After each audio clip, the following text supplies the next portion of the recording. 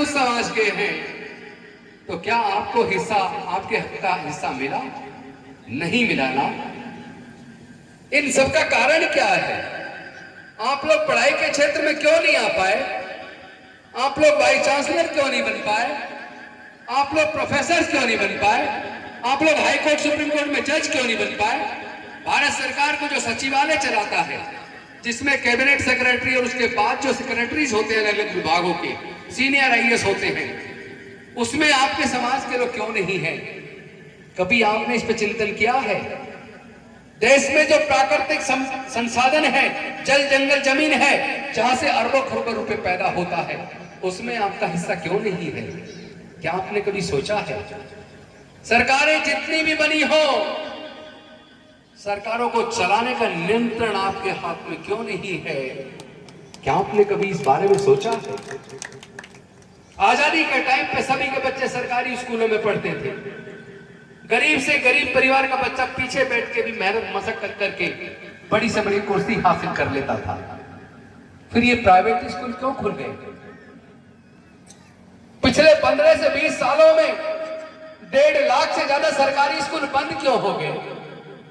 मैं आप सबसे पूछना चाहता हूं, जो मंच पे बैठे हैं उनसे भी और जो सामने बैठे हैं उनसे भी, क्या देश की जनसंख्या कम हो गई है? जनसंख्या तो बढ़ रही है ना। तो जब जनसंख्या बढ़ रही है तो और ज्यादा सरकारी स्कूल कॉलेज बनने चाहिए थे, लेकिन 15 से 20 सालों में 1.5 लाख से ज्यादा सरकारी स्कूलों का बंद हो जाना, इसका मतलब क्या है? एक के बाद एक प्राइवेट स्कूल खुल जाना, private engineering college, private management college, private law college, private medical college का खुल जाना, ये किस ओर इशारा करता है? जो लोग शहरों में रहते हैं, उनके बच्चे जो पब्लिक स्कूल में पढ़ते हैं, कभी उनका फी का चार्ट देखिए। एक बच्चे की मध्यम दर्जे के प्राइवेट स्कूल में पढ़ाने की फीस का खर्चा, ट्यूशन का खर्चा, वर्दी का खर्चा, किताबों का खर्चा, ट्रांसपोर्ट का खर्चा, सारे खर्चे अगर जोड़ लिए जाएं तो एक बच्चे को स्कूल में, पब्लिक स्कूल में पढ़ाने के लिए 8 से 10 हजार रुपया चाहिए। हर परिवार में कम से कम अगर 2 बच्चे मान लिए जाए तो 2 बच्चों को पढ़ाने के लिए 15 से 20 हजार रुपया एक परिवार को चाहिए।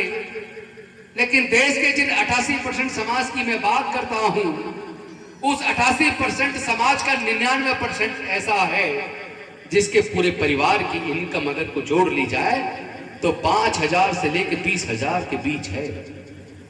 तो 5,000 से 20,000 के बीच कमाने वाले लोग क्या अपने बच्चों को प्राइवेट स्कूलों में पढ़ा सकते हैं? क्या नहीं पढ़ा सकते ना। मजबूरी में कहां पढ़ाएंगे? सरकारी स्कूलों में पढ़ाएंगे। सरकारी स्कूलों में पढ़ाई का स्तर इतना बेहतरीन था, इतनी अच्छी पढ़ाई सरकारी स्कूलों में होती थी। मैंने इस बात का सर्वे अपनी टीम के साथ करवाया कि देश में सर्वोच्च न्यायालय और उच्च न्यायालय में जो जज हैं, जो कॉलेजेस के अंदर सीनियर प्रोफेसर हैं, senior doctor, senior engineer, senior scientist, senior advocate, senior जजेस, वो सरकारी से पढ़े हैं या प्राइवेट से पढ़े हैं? आपको जान के ताजुब होगा, सर्वे में ये रिजल्ट निकल कर आया कि 98% लोग सरकारी स्कूलों से पढ़े हैं। तो फिर ये प्राइवेट स्कूलों का चलन क्यों आ गया? अब से 40 साल पहले एक के बाद एक सरकारी स्कूल क्यों खुलते चले गए? प्राइवेट स्कूल क्यों खुलते चले गए? प्राइवेट कॉलेज क्यों खुलते चले गए? इसके कारण को समझना। एक के बाद एक बैंकों का प्राइवेटाइज होना, इंश्योरेंस कंपनी का प्राइवेटाइज होना, इंडियन रेलवेज का प्राइवेटाइज होना, एयर इंडिया का प्राइवेटाइज होना, भारत के बंदरगाहों का प्राइवेटाइज होना, एयरपोर्ट का प्राइवेटाइज होना, बाल्को का प्राइवेटाइज होना, नालको का प्राइवेटाइज होना, गैस कंपनियों का प्राइवेटाइज होना, ये किस ओर इशारा है? ये साजिश आखिर किसने और क्यों रची? अगर इस सच्चाई को जानना चाहते हो तो अब से 40 साल पीछे जाकर जरा एक बार ध्यान से सोचो। तब तो प्राइवेट स्कूल नहीं होते थे, तब तो प्राइवेट कॉलेज नहीं होते थे, सबके बच्चे सरकारी में पढ़ते थे। और आज भी जो क्वालिफाइड टीचर हैं, जो एग्जाम पास करके आते हैं, वो सरकारी स्कूल में लगते हैं। जो एग्जाम पास नहीं कर पाते वो प्राइवेट में पढ़ाते हैं। फिर प्राइवेट स्कूल में भेजने की होड़ क्यों? काबिल टीचर तो सरकारी में है ना, चूंकि एग्जाम पास करके आए हैं। लेकिन ये साजिश इसलिए रची, कुछ लोगों को ये तकलीफ हो गई कि जो लोग लगातार 3500 साल तक उनके गुलाम थे, जो उनके सामने खाट पर नहीं बैठ सकते थे, जो उनके घर के सामने से जूता पहन के नहीं निकल सकते थे, जो उनके सामने जुल्म के खिलाफ आवाज उठाने की हिम्मत नहीं करते थे, डॉक्टर अंबेडकर ने उनके पढ़ने के रास्ते खोल दिए, उनके नौकरियों में जाने के रास्ते खोल दिए, उनके सत्ता में भागीदार होने के रास्ते खोल दिए।